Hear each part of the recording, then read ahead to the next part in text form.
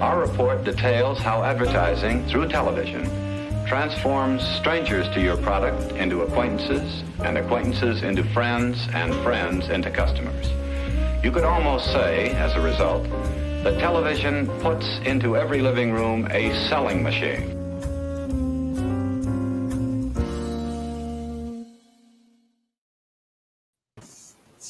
All right, welcome back, everybody. It's time again for another Kinescope, a look at live television from the early days of American television. Tape.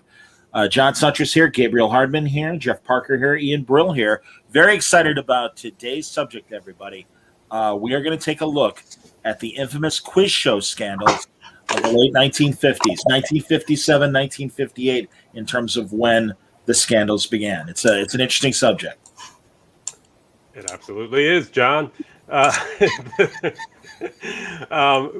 So in particular, we took a look at an episode of 21 and an episode of the $64,000 question, right? And $64,000 question, though, was the one that more started the craze for this stuff. I mean, right? It was the one that became enormously popular, and beat I Love Lucy, and and was sort of more of a phenomenon, even though these game shows had become a popular thing on television. But yeah, I mean, a real wave was created about the quiz shows. A lot of shows that started as daytime shows ended up also having nighttime versions. Dotto, which will figure into the story of the scandal as well.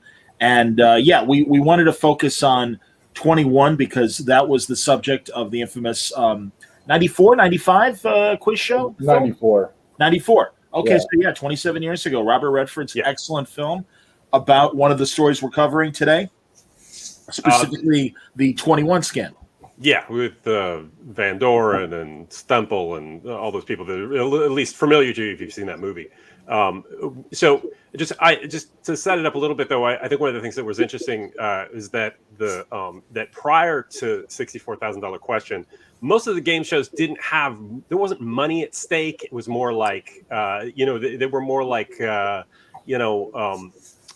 charades type shows or they were tied to the sponsor. Like Information Please was a very popular old-time radio quiz show, and they had an Information Please almanac, and I forget who published it, or they would give away sets of encyclopedias, or Dr. IQ.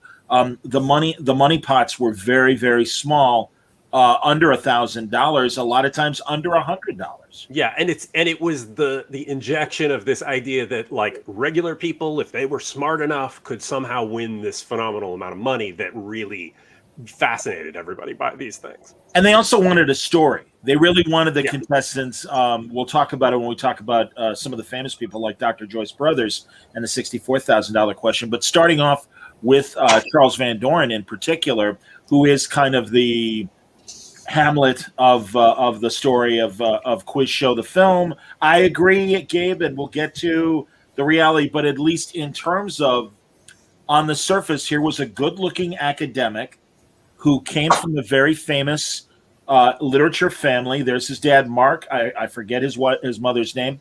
Both were writers and big published writers. Mark was a very famous poet.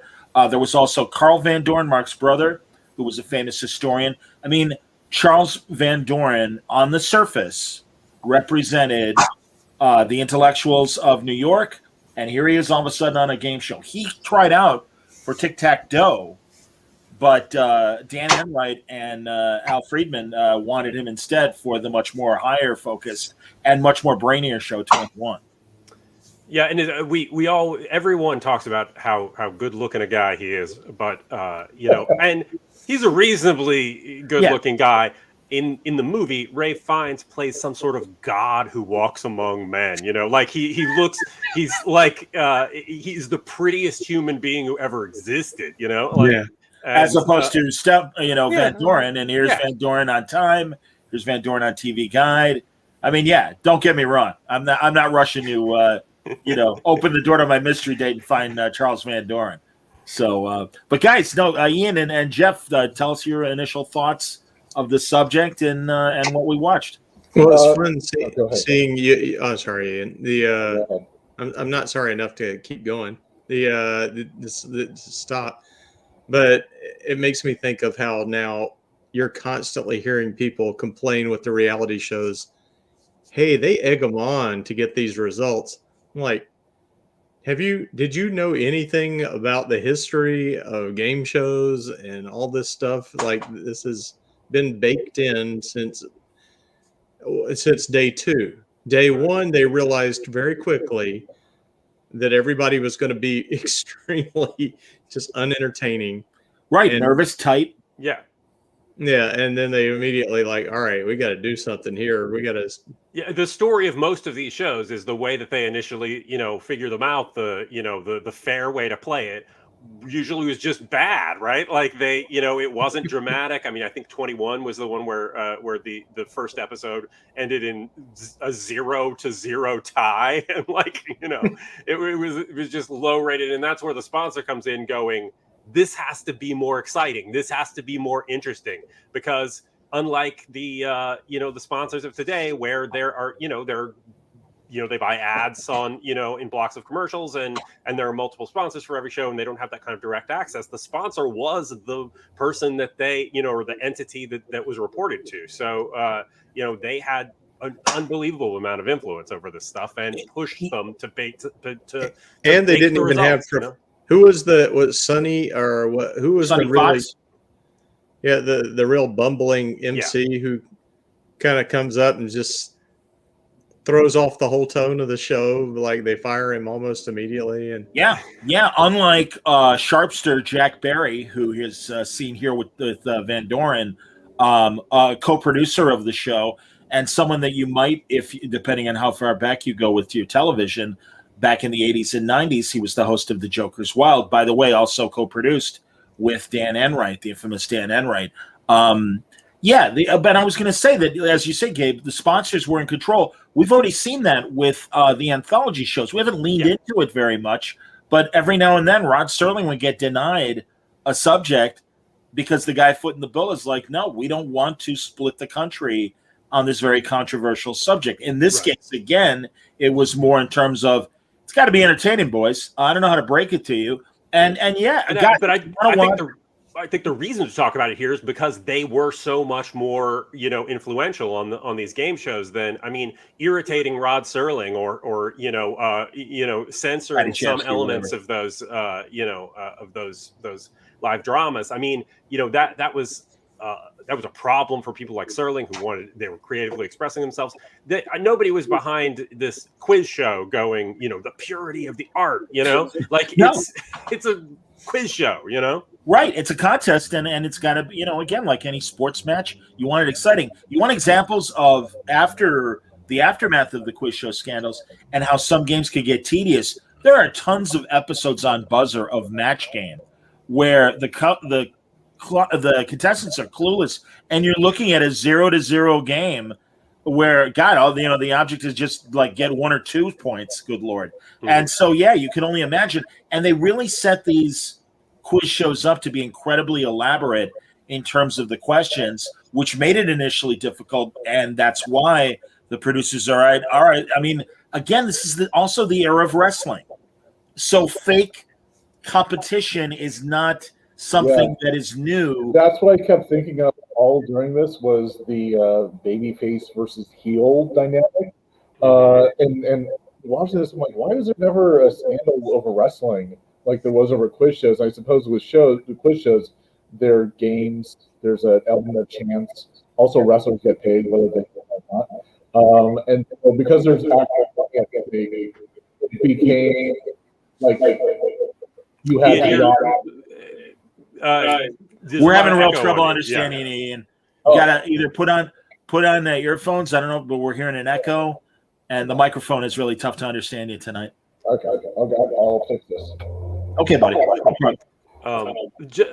John, can you just explain who the producer of 21 was, the infamous his name has just escaped me, the guy behind you just mentioned? Yes, indeed. Damn it! Now I'm blanking. Let's go to Jeff. Let's go to Jeff for 10 points. Can you? Dan Enright, exactly.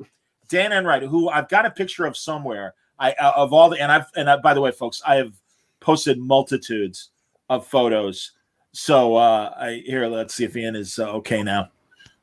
Testing 2XL. Can you 100%. 2XL? 100%. Whatever you've just done, please do that in subsequent issues.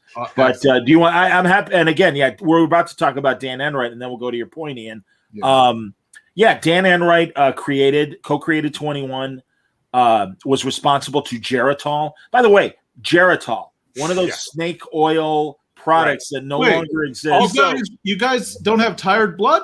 Yeah, tired blood. Tired blood. And then of course, Geritol cures tired blood. Oh, hey, if we're going to get on the sponsors for a second, that medicated silicare, the medicated silicare that was on the Dr. Joyce Brothers one. Yeah.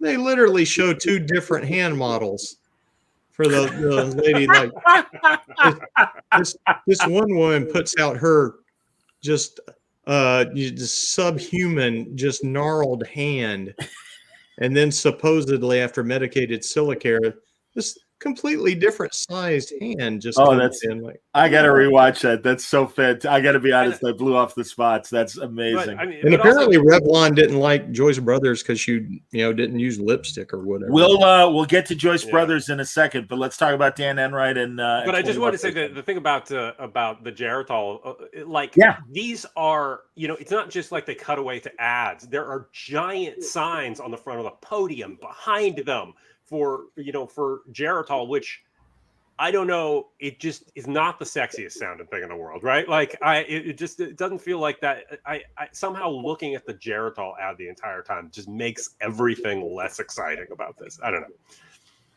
No, I hear what you're saying, and again, I remember Geritol being a Lawrence Welk. Thank you, friends. Yeah, it was whatever the old people show was. Right. Well, and again, tired blood. So and in fact. One of the best scenes in the Redford film is Martin Scorsese as the head of Geritol telling Revlon, right? Telling Richard Goodwin. 21's Geritol. Okay. Yeah, I'm the president of Geritol for Tired Blood. Who do you think you're talking to? In terms of did I know if this was a scam or not? Of course I did. Good. That's insulting, and it's a wonderful scene, a very Capra-esque in terms of the power of the corporation to crush and everything. But anyway.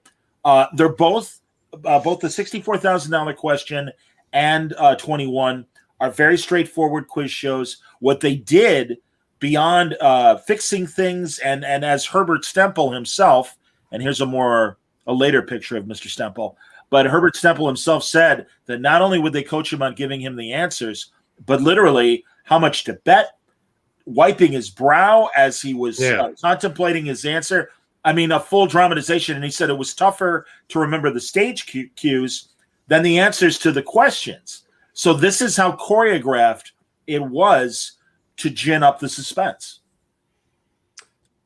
So, Ian, do you want to follow through with your thought previously? Well, I was just thinking of wrestling, like what they were doing is the babyface versus heel dynamic, and you have a heel come up, and then a babyface takes over, and then the babyface takes over. You have the heel. That dynamic is what the game shows were tapping into. And speaking of sponsors, and this is how powerful sponsors were. Sponsored companies, they're obsessed with demographics. They're obsessed with who our customers are and aren't, and they need contestants that reflect their customers, and that's why Revlon was alienated by Dr. Joyce Brothers. She wasn't a Revlon girl like they wanted, and so that led to these corruptions. Although we said corruption, it's like there were no rules for game shows. I'm not forgiving anyone, but it's like just like this level of fairness clearly just didn't occur to people.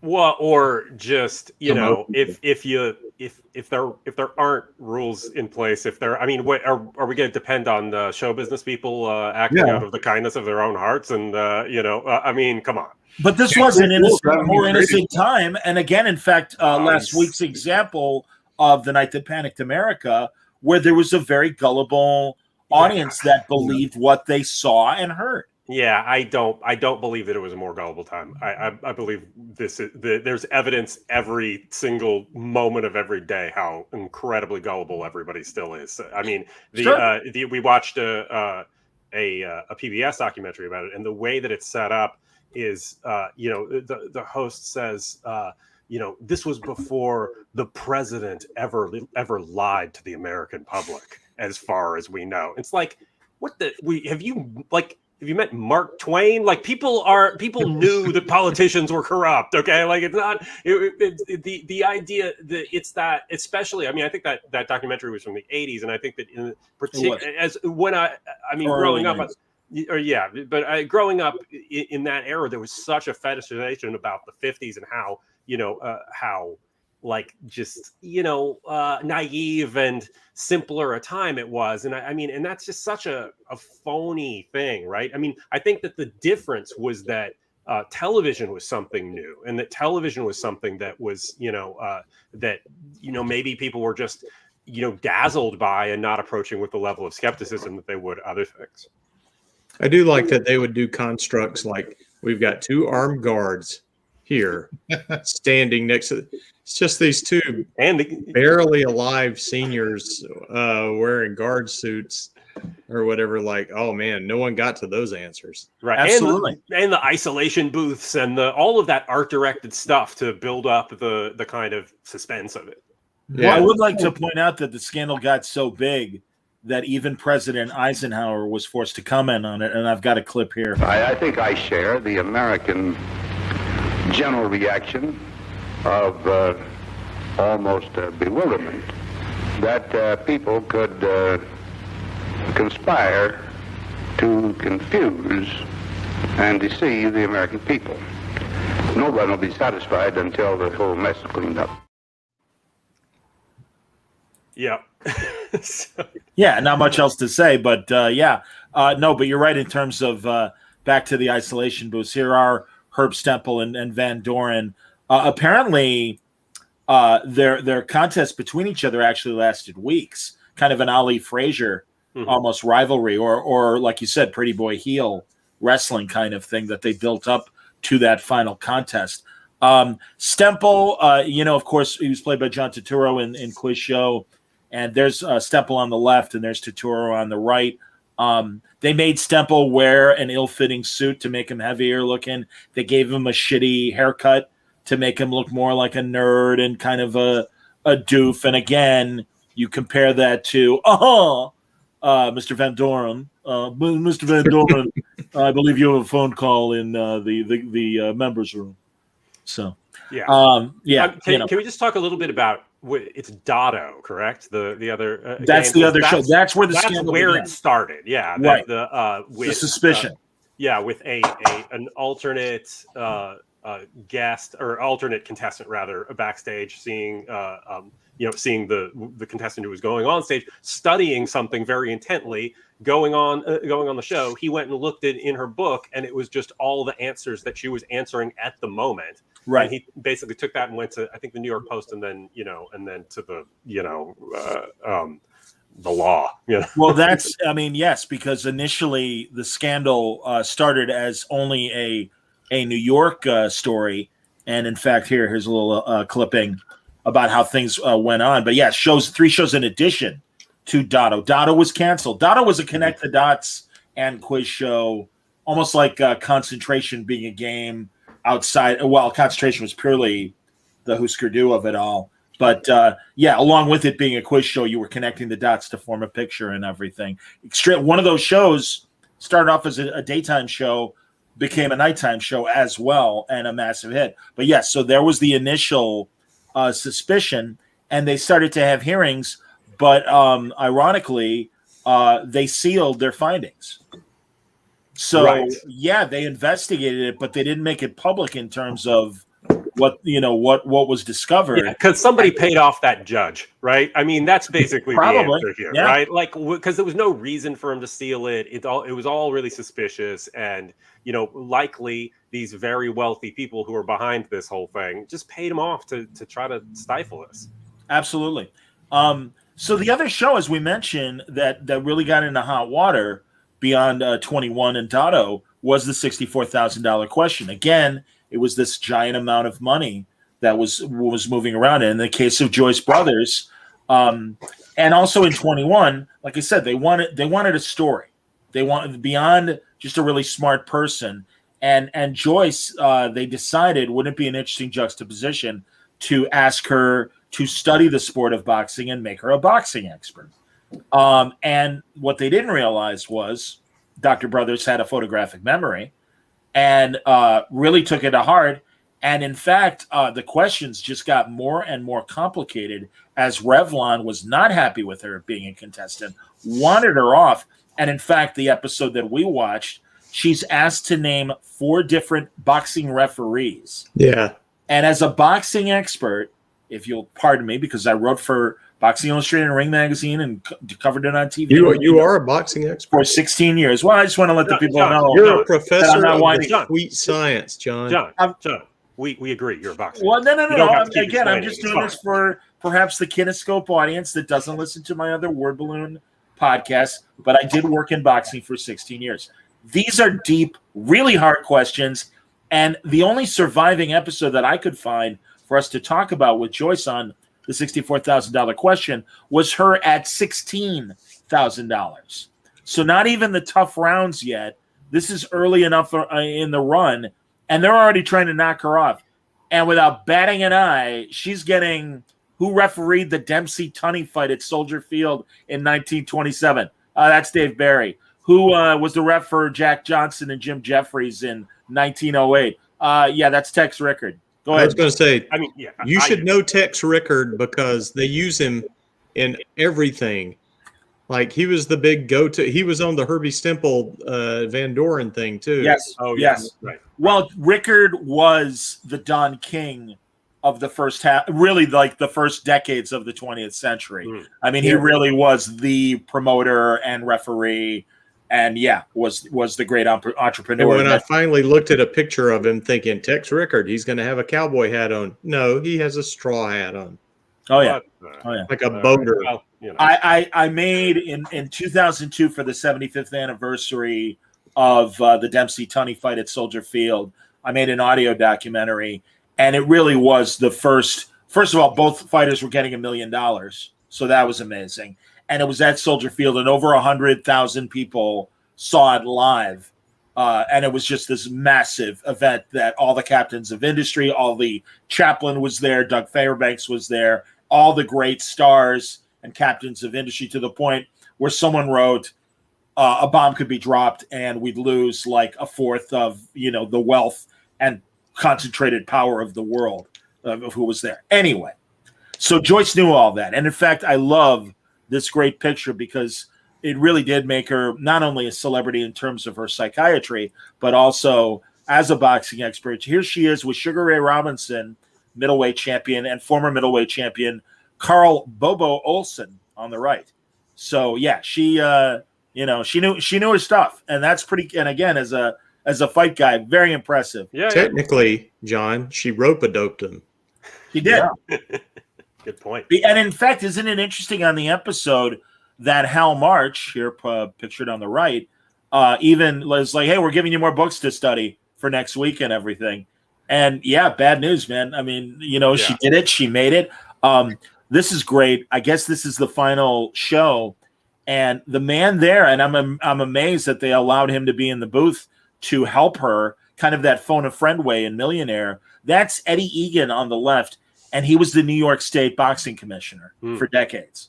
So, I mean, really, like, we all of us in the fight game, we love Joyce Brothers. She is one of us. So it's pretty cool. But boy, the host is being such a dick to her. Yes. Yeah. Hal March? Yeah. He's like, oh, wow, I'm sure, like, who do you think has the harder thing? The contestants or me? Yeah, I'm really worried about you, Hal. That's true. Yeah. Right. Also, they spent a lot of time interviewing the contestants. It's kind of like You Bet Your Life. I didn't know they would. Yeah. They would like, and that's an aspect of this. Like, people became stars from being on these shows. Right. Yeah, that was an enormous part of it. I mean, and it just to the point of the Dr. Joyce Brothers being the psychologist who knows about boxing and the contrast there. I mean, all of like that was the hook all the time for the people that they were building up. That it would the shoemaker who loves opera, or the there were other examples that I can't remember. Yeah, the shoemaker who loved opera so much they sent him to Italy, and he had an audience with the Pope. Right. Are you kidding me? And I really liked it when you answered the one question. That was tough. Yeah, and they just became phenomenal. I mean, like I think there was like a New York City cop who knew everything about Shakespeare, and there were, they're all things like that where it feels like you like, oh, how would this person know about this? This is no different than today's reality TV, where you get the backstory, and you've got more of a rooting interest of, oh, this is a working class person like me, and isn't it cool? I mean, and also, you're playing the game along if you can. No, you get. I mean, I totally get why they did the things that they did, other than the cheating part, of course. Right. If you win Bake Off, you end up being you get a chef book deal. Like for right things. Well, also it was about bringing people back too, right? It building them up by bringing them back week after week instead of I guess they do that on Jeopardy and whatever now. I mean, sure, but that kind of like so that you got to know them, so that you. There's a development between episodes where and you could talk about, whatever, like it just builds them up as characters and you invest. Well, and in the case of Stemple, he was an initial star, but then Enright decided focus groups and ratings are constantly scrutinized. And the feeling was that Stemple had plateaued as far as the audience interest in him. So therefore, it was time for him to lose. Also, by the way, they would project these giant cash amounts, but the reality was, in some cases, and certainly in the case of Stemple, was promised a hefty, would have, if he had beaten Van Doren, made a 6-figure sum, and really they were only going to pay him like $25,000 or whatever for going along with the dive and then acting instead of really trying to answer the questions correctly and honestly. So yeah, I mean, it's kind of lousy. And again, in contrast, Van Doren, being the intellectual from New England and this great literary person, not only does he get the money, but he also gets a job with NBC as a cultural correspondent on the very popular and original Today Show with Dave Garroway. Yeah. So I mean, whereas Stemple is promised, if you take the dive, we're going to put you on TV on other shows and stuff. And it's like Dan Enright never heard of him. And that's what drove Stemple to complain initially to the New York grand jury where things were sealed. But then again, unfortunately, things progressed and there were more scandals. I got some amazing. But they also didn't. They didn't they may have believed Stemple, but they didn't have anything to corroborate it, and so they didn't have anybody else coming forward to say this, and so it took until the guy that I don't have the name in front of me, but John Snodgrass. Yes, James Snodgrass. Yeah, James Snodgrass. And okay, then you describe him, Ian. James Snodgrass was another contestant on 21 who mailed himself the answers he got the days before. So It has the U.S. register mail. It's the only time I think I've heard of that working, because I've heard that poor man's copyright, like mail yourself a cassette. I've never heard an example of like that actually being used in court. But this is an example of a guy using the U.S. postage mailing to his advantage. Right. The date on the self-mailed envelopes to Snodgrass were days before the airing of 21. Right. And they would compare the kinescope of the recorded program and unseal the envelope, and there were the questions and there were the answers. So it was that, and then also suddenly other winners started to step up and admit that they were coached. There was pushback. The 21 producers, Dan Enright included, and you could see his name blurry there, but they said that the charges were spurious and malicious. They really went after Herb Stemple and his sanity. They made him write an affidavit initially saying that 21 was up and up, again, with the idea in his mind of a possible television career. Why would I screw things up? Right. I'm the heel. This is wrestling. But they also leaned on other contestants who went and testified before the grand jury and perjured themselves because they lied about it. And and that was, I think that I think we'll probably get to talk about the Robert Redford movie, but and obviously it's a film and a lot of this stuff has to be kind of streamlined. But Sure. But I think that in a lot of ways that the movie missed some of the more interesting conflicts throughout this whole story, just by focusing down the way that they did. And I think that that stuff about the grand jury and the scope, the period of time this all took over, happened over is also kind of interesting too, because there's just lots more developments throughout it than just the Van Doren Stempel story. I appreciate that for this show's sake, of all the things that took Stempel down was having to admit he didn't know the 1955 Academy Award winner movie, Which Marty. was Marty. Yeah, exactly. Which we so this episode we're doing now is a sequel to our episode about Marty. Exactly. And a sort of a semi-sequel to the Honeymooners episode we did as well. Which was And Right. it even hit the answer. notes that he really related to Marty. yeah.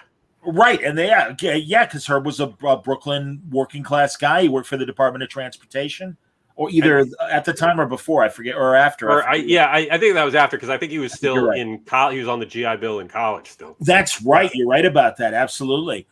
So yeah, man. I mean, no, he was a working class guy, and it's. I also wanted to point out some, and we'll continue with this, but even another celebrity that was caught in this whole thing, of all people, Xavier Kugat, the band leader, who you may or may not know was Charo's first husband.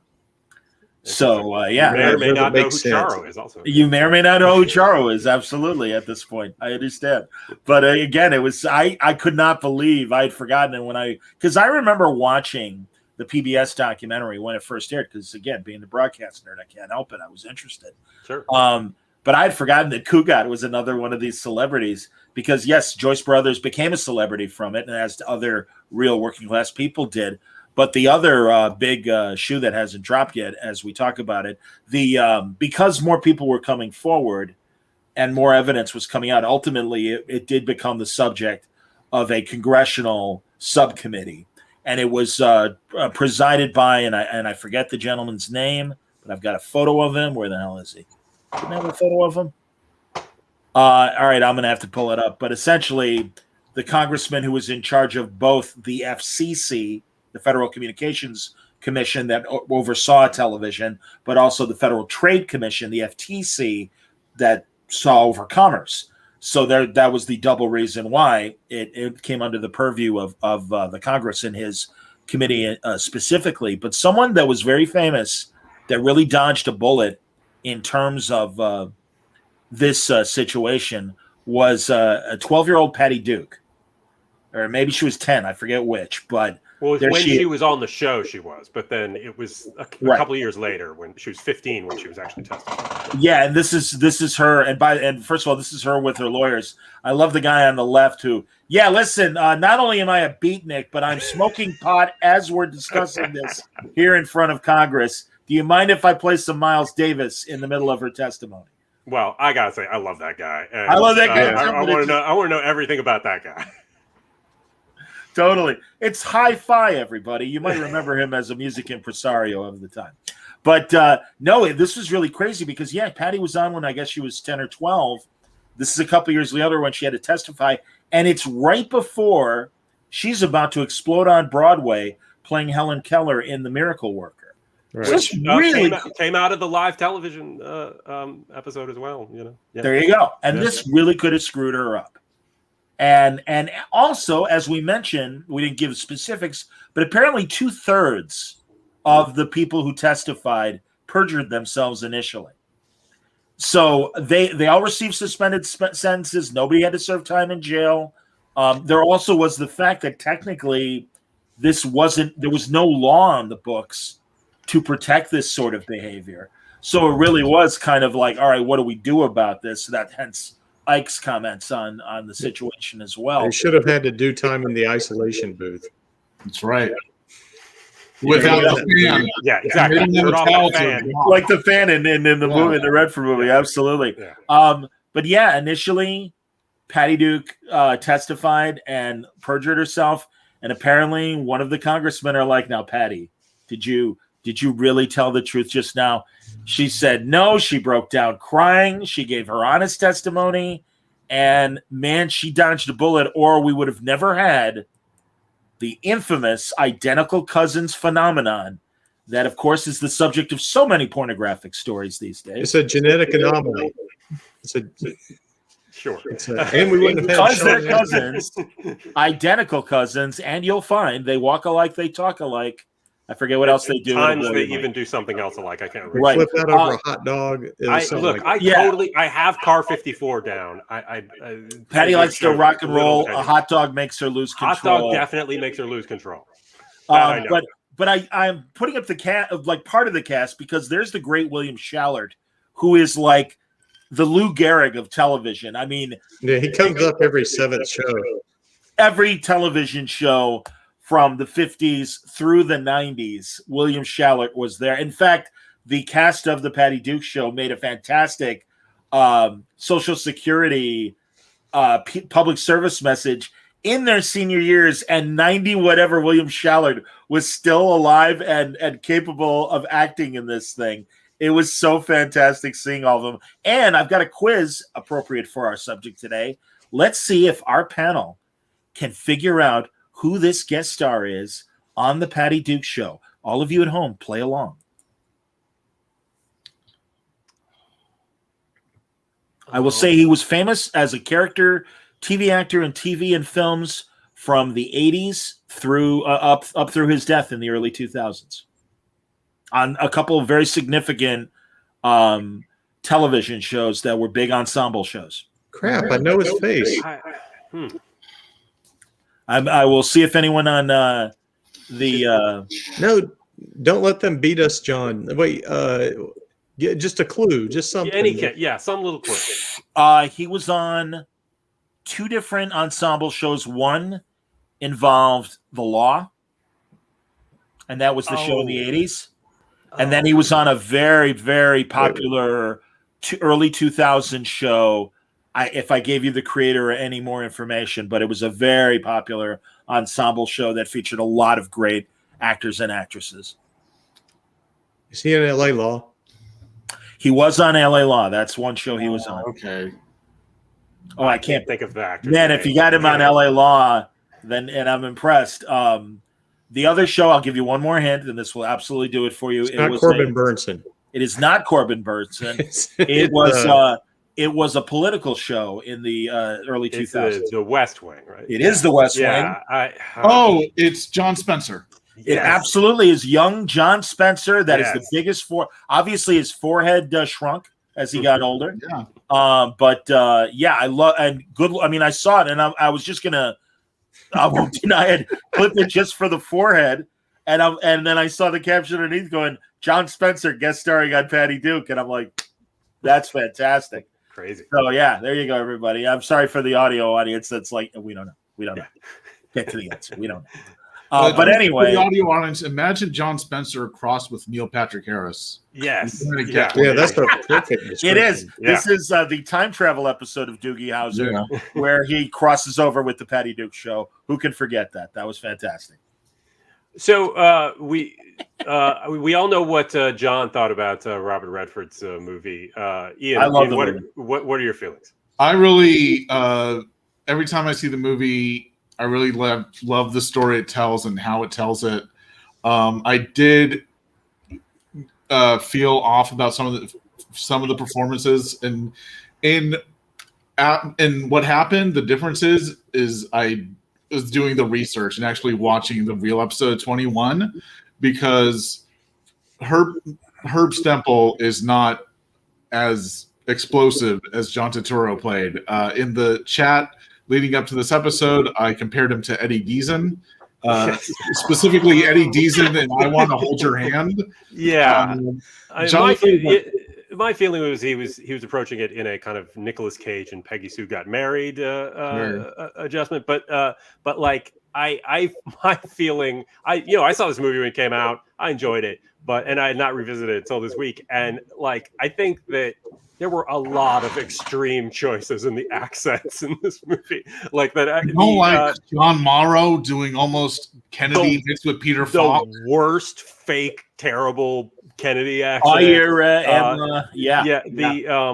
And even Ray Fiennes, doing that kind of like, I think my father and every British actor thinks that they can do an American accent, but they're just doing some nasal thing that that doesn't quite represent an American accent. But I You're think always just imitating an actor.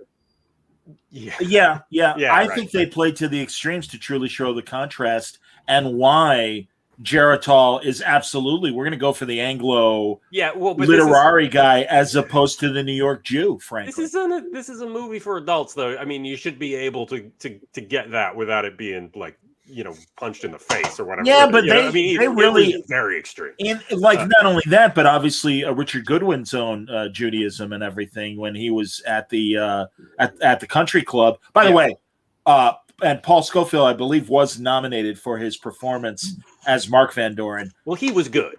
Well, exactly. Good Lord, yes. My God. I mean, and it was authentic because, man, all you got to do is watch a Man for All Seasons or any Paul Scofield performance. He's great. He's a great actor. But actually, I'm not knocking any of these actors. I think they're all great actors. Maybe not Rob Morrow, but Rob Morrow's good. He did fine. Weirdly, all I remember is David Paymer because I haven't seen it since the. And he played Dan Enright, right? He played Enright, right? So, but I mean, I think that apart from those performances, my issue with the movie is that it's in a lot of ways, I think it's telling the wrong story. It's the story it's telling is this. It is about Van Doren being this kind of a hero who is taken down in the end or something. Our sympathy or the way that the movie wants to angle our sympathies are towards Van Doren, and I believe that it's Stempel's movie. I think that the real story there is about Stempel, and it's a reverse of that what a hero heel type thing, like if the movie had approached it from the other point of view, you're both the fact that the movie saves what's really going on with Stempel for so long means you didn't get the conflicts and the the interesting parts of his story in favor of just showing off Van Doren, who's actually a less interesting character. I believe Van Doren is the villain. I think he's the villain of the movie, and I think so too. And I think that but I don't think that the movie presents it that way. I'm just saying I think that there's a more interesting dynamic if you looked at it from the other way around, but the fact that he's blonde and Aryan looking means he has to be the hero of the movie. So did you expect Robert Redford to go, yeah, but what the good looking guy, what's his exactly. I think that perhaps Robert Redford's sympathies might be a little obvious there. But I disagree because I do think, and in fact I guess it really did happen, where the one congressman from Illinois apparently said, because everyone's like, I applaud the fact that you are now coming forward and giving us this true statement. I applaud your bravery and all this BS. And they finally get to the guy from Illinois, and my Chicago comes through, obviously, where the guy's like, listen, I'm really glad you told the truth, but aren't you supposed to just tell the truth anyway? So no, sorry, not going to give it to you. And everybody starts applauding. The truth, however, is that, again, influence wins out because Herb Stempel goes on to have a very quiet life in his Department of Transportation job, comes out every now and then when someone wants to hear the story. Whereas Mr. Van Doren, I mean, to call it a golden parachute is an understatement. He moves from the East Coast literati to the Chicago literati, which, I'm both proud and disappointed to say. On the one hand, I'm proud of our history, but I am disappointed to say they welcomed Van Doren with open arms. He got a job at, I believe, Encyclopedia Britannica. Yeah. Here's a picture of him in the 80s on the Today Show, ironically, telling his story and saying that his life changed dramatically and said for the better because he was able to move to Chicago. He worked with the great Mortimer Adler and really got into the idea of reading comprehension and how to get the most out of reading, and helped update a very famous Mortimer Adler book about reading comprehension and how to read analytically and what, both I think from an academic standpoint, but even an everyday standpoint, and really had this great career Right. Yeah. He's the bad so guy. yeah, He's the one. Yes. He's the one who's privileged, who gets everything Oh. despite being a piece of shit. Like he's, like I think that in every way the movie doesn't it is just by showing things from his point of view more than showing them from Stemple's point of view. It's framing him as the good guy, and I really think that it's the other way around. I think that he is just given this sort of pass for being being the kind of white savior guy, and I think it's bullshit. So I think if somebody ever tells this story again, I think you tell it from the other way around. I don't know, man. They're both the bad guys. Stemple's just the chump.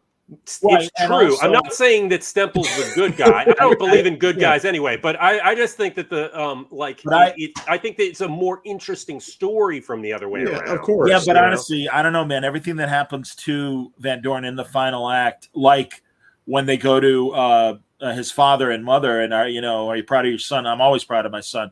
We heard you just lost your seat at Columbia to Mark Van Doren and everything, and again, I also love that scene where Ray Fiennes admits to Paul Scofield that he was lying, and in that classic kind of father-son way, he's like, Charlie, like, you know better. And truly, I think Van Doren's character is humiliated, both on a personal level with his parents and also having to go through the public spanking. Now, again, but you have to sympathize for him with him in the first place in order to get there. And I think that's everything that the movie is doing that this guy didn't deserve. Well, again, I mean, there are likable rogues out there, and unfortunately, I think that's the message too. That everybody, that Redford was trying to convey was everybody wants to like this guy. He just, yeah, it's just, but he's a dick. Okay, that's fine. But the movie is getting behind it in an uncritical way that's leading you down a path that's not very. Hey, weren't we all annoyed though that when they keep grilling and talking about, tell us about your famous family, and they list off Van Dorens, no one mentions Mamie Van Doren. I know. Isn't that really irritating? She's the redheaded stepchild of the family. Yeah, it's like who's the only one the rest of us care about? Yeah, this is one of the books that Van Doren wrote in post 21. Steven says, I have a book from 91, A History of Knowledge by Charles Van Doren. It's well written. The About the Arthur part makes no mention of of course it doesn't. Makes no mention of the game show scandal. No, and also he was asking earlier, and I guess we didn't mention this, did Joyce Brothers finally lose? No, she won $64,000. She drained all their money and left. And that's why that final moment with Eddie Egan in the booth really surprised me, that they allowed him in there, because they did everything they can to hit her hard with really, really tough questions, and she got through all of them. She's just really rope-a-doped him. It was so great. It's absolutely. Like she's constantly like, she'll pick a little thing to say, ooh, all these books are heavy, like kind of do a little, like, poor little me, like they want to hear, and then just kneecaps them every time when they try to beat her. But this was when game shows dramatically changed, and because of the scandals of the hearings and everything, and they were beaten back down mostly to daytime television. The ones that were less quiz showy and just more like weird events like Beat the Clock and The Price is Right and simpler game shows, they continued. And even we got a couple years after the scandals in the mid-'60s, the Hollywood Squares, that immediately was popular during the day and also became a nighttime show again. But it is interesting that a lot of the culprits like Dan Enright and Jack Barry took a couple years off, but they were back. Right. And in fact, but Scorsese makes that kind of prophetic comment of, hey, the quiz shows will be back, please. Right. And it's, but also Mark Goodson, who with Goodson Todman, they kind of avoided getting sucked into this thing, and then basically became, the driving force behind all this stuff, kind of as it, like presenting it as if they had created all these shows, but really they were, they would take pitches from people and then, kind of develop them. And right. Stuff. They were the producers. They were sort of Yeah, absolutely. They were behind Match Game and Family Feud and all your favorite. They literally took credit. Right. They literally took credit for creating shows. They did not, in fact, create. It was just that they were the TV executives and developed them. Yeah, they were the TV executives. Absolutely. So not only now you win Jeopardy, and the best you get is like you're a blue check on Twitter who whines on about something sometimes. Yeah, and that's what they do with them. Have any of you tried out for game shows? You know, I never did. Which one did you try out for, John? I tried out for 2 in college. Jeopardy came through town, and me and my good friend Keith Porter, who is a public radio broadcaster, we took the tests. I did okay, but not enough to qualify. I got like in the high 70s. Keith got like in the 90s, and even was asked to stay. And they videotaped a couple performance rounds with him playing. And he said he played fine and even won one of the rounds. They never called him to be a contestant. And then the other one I did was Who Wants to Be a Millionaire? And I actually made it in that case to the point where it was all on the phone, and you had to put kind of in that in the initial first round when it's all the contestants. They have you put everything in a certain order, whether it's chronological or whatever. They were all questions of that nature. They varied in history. I mean, it was insane. I made it all the way through, and they said, if you are among the 10 fastest people who answered the final question, we will be calling you back in the next 60 minutes. And I never got a call. So apparently there were at least 10 Ian, people you faster. must have been on Price is Right. Come on. No. Despite actually living near Television City for a while, I just couldn't. I don't know if I couldn't get up that early or what. But Yeah, or maybe it's just because the people who go to Price is Right are a bunch of farmers and rubes that I used to see him all the time at the farmer's market. It was great. Yeah. Did anyone watch that? Speaking of Who Wants to Be a Millionaire, which really the $64,000 question is really an antecedent to 100%. Who Wants to Be a Millionaire. Did anyone watch that 3-part BBC show about the Who Wants to Be a Millionaire scandal in Britain? It was just called. No. It's pretty interesting. I would love to watch that. I did watch. Yeah.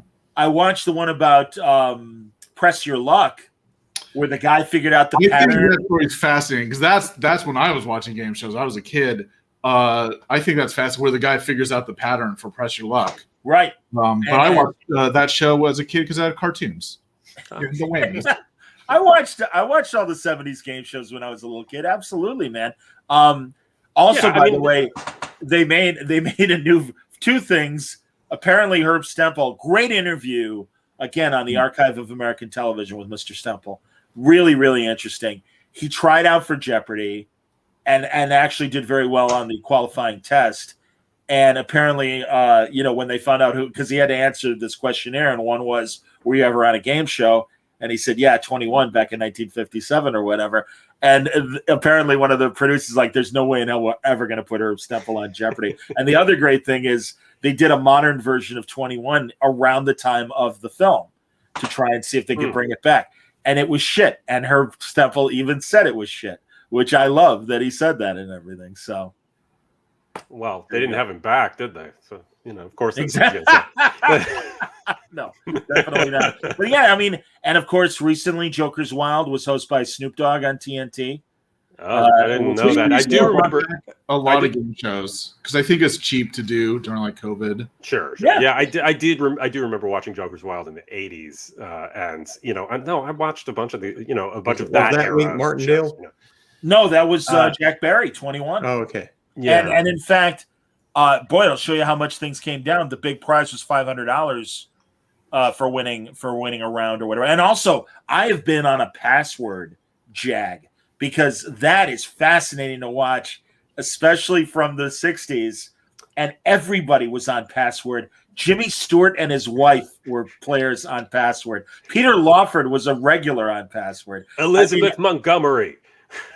Yes, and Barbara Eden, and I mean just everybody on television. Irene Ryan, Granny from the Beverly Hillbillies, and Ellie Mae, and Bob Crane from. It's literally all like if you're a MeTV rerun person, watch Password and you will see them all. Dick Van Dyke. Whatever happened to Bob Crane? Well, we're going to take make some art a films. later show. Our special autofocus podcast coming very soon. Nice. Okay. Nice. So I think we're kind of done with this, right? Yeah. So next week we're gonna continue this boxing motif and do Requiem for Heavyweight, written by Rod Serling. One of the big important live dramas. Playhouse 90. You know, I think that's going to be a lot of fun, and I definitely recommend watching it because it's great. Jack Palance, and it's amazing. And comparing it to the Anthony Quinn film, Yes. yeah, both casts are incredible, and both the film and the teleplay are exceptional. So yes, Requiem for a Heavyweight next week on Kinescope. For all of us, thank you very much for watching, and you've got 10 seconds to answer your next question before time's are up.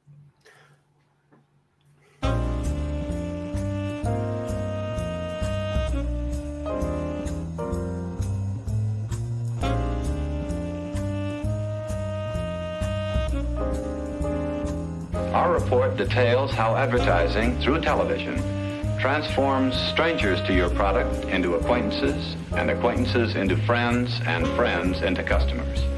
You could almost say, as a result, that television puts into every living room a selling machine.